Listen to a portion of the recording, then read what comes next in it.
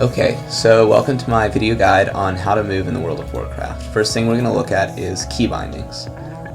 What you see here is the default key bindings when you start playing World of Warcraft. These are just fine for leveling and questing, but when you get to the point where you really want to maximize your game, you can do better. So here you can see the basic changes I've made. First of all, we're removing the bindings for keyboard turning altogether.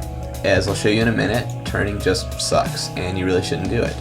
Instead, we're going to move the strafing keys down to A and D, and you'll get used to using these while turning with your mouse. The other advantage of shifting your bindings this way is it opens up other keys to bind to very important spells that you can access quickly during play.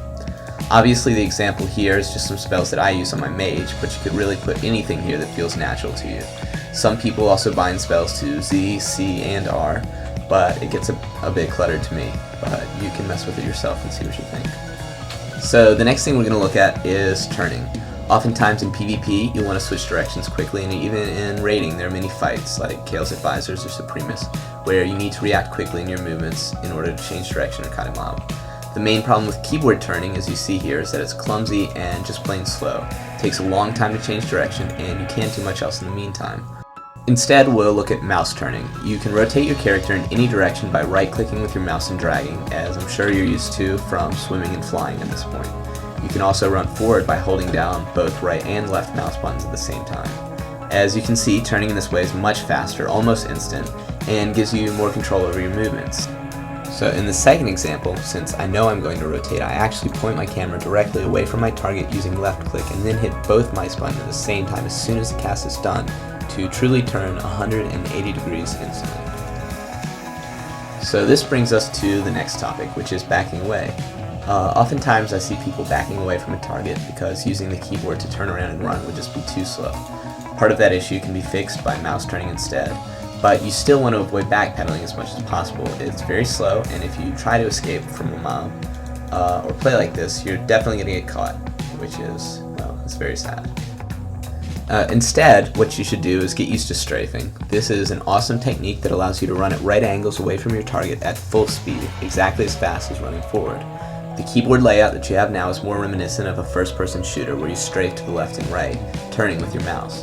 Another great thing about strafing is that if you angle your body right, you can strafe to run directly away from a mob, but it still counts as though they are in front of you, so that you can cast spells against them, as you see here.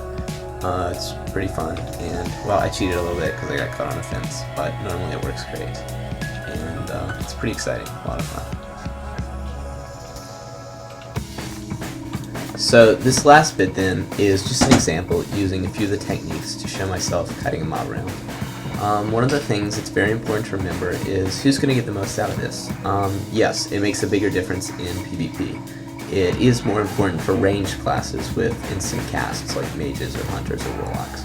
But even in PvE and even for melee classes, you can use these methods to move and react to situations better. And it will make you a better player all around. So try it out and see what you think. One other thing that you may find when you start using the mouse to turn more, the camera can be a bit weird about swinging around to follow you while you're moving. You might like this, but it can really impair your ability to look around while moving and be aware of what's going on.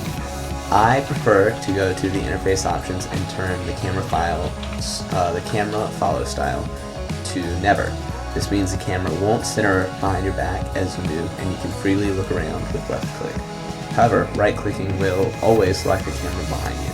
So while you're experimenting with all this stuff, go ahead and give that interface option a try and see if it makes everything feel more natural to you. And good luck to you in all your moving endeavors.